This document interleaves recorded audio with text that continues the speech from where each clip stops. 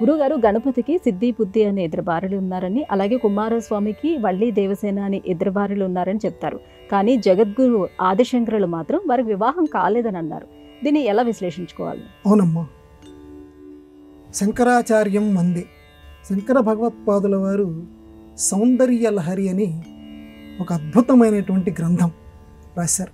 ఆ గ్రంథంలో ఇప్పుడు మీరు ప్రస్తావించిన అంశాన్ని అమూతే వక్షోజౌ అని ఒక చక్కటి శ్లోకం రాశారు. అమ్మవారిని ఉద్దేశిస్తూ సంక్షిప్తంగా శ్లోక భావం చెప్తాను. అమ్మా, ఏవైతే నీ యొక్క ఆ వక్షోజాలు ఉన్నాయో అవి లోకంలో ఇంతవరకు పెళ్లి చేసుకోకుండా బాలకుల్లాగా ఉన్నటువంటి ఆ దిరదవదనికి, ఆ క్రౌంచపానికి, ఆ కుమారస్వామికి ఇద్దరికీ కూడా చక్కటి తృప్తిని కలిగిస్తూ ఉన్నాయి అని ఆ శ్లోకం యొక్క సంక్షిప్త సారాంశం. బాలకౌ వాళ్ళిద్దరూ కూడా వివాహం చేసుకోనటువంటి వారు అని మనకి ఇది ప్రబల ప్రామాణికంగా మన వాళ్ళందరూ తీసుకున్నారు. ఎందుకంటే ఒక గొప్పవాడు చెప్తే దాన్ని తిరుగు లేకుండా మనందరం స్వీకరిస్తాం. లోకంలో మరి వల్లి దేవసేన వీరిద్దరూ కుమారస్వామికి భార్యల కింద, అలాగే సిద్ధి బుద్ధి అనేటువంటి వారు గణపతికి భార్యల కింద మనం కొలుస్తున్నాం కదా. మరి శంకర భగవత్పాదుల వారు ఇప్పటికీ బాలకుల్లాగా ఉన్నారు. వాళ్ళిద్దరూ క్రౌంచపాణి అంటే క్రౌంచ పర్వతాన్ని చీల్చినటువంటి వాడు బాణంతో కుమారస్వామి క్రౌంచపాణి అంటారు. విరద వదనహ అంటే ఆ ఏనుగు యొక్క ముఖము కలిగినటువంటి వాడు వినాయకుడు. వీళ్ళిద్దరూ కూడా బ్రహ్మచారులే, వీళ్ళిద్దరికీ వివాహం కాలేదు అని శంకర భగవత్పాదుల వారు తిరుగులేని సాక్ష్యంగా అక్కడ రాశారే. మరి దీన్ని సమన్వయం ఎలా చేసుకుంటాము అని అంటే ప్రతీకాత్మకంగా మాత్రమే వీటిని తీసుకోవాలి. హనుమంతుడు సువర్చల దగ్గర ఎలా తీసుకున్నామో ఇక్కడ కూడా ఆ రకంగానే మనం స్వీకరించాలి.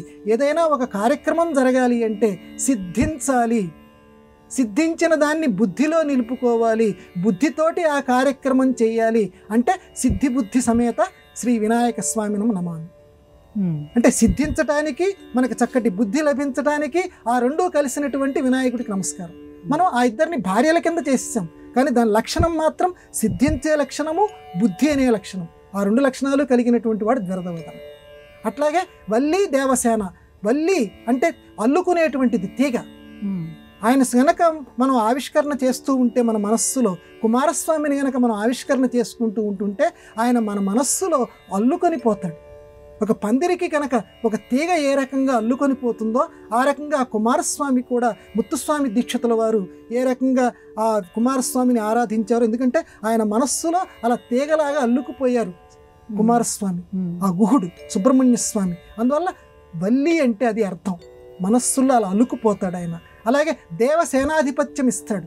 దేవసేనాధిపత్యం ఇటువంటి ఏంటమ్మా, ఒక గొప్ప నాయకుడి కింద మనం చేస్తాడు.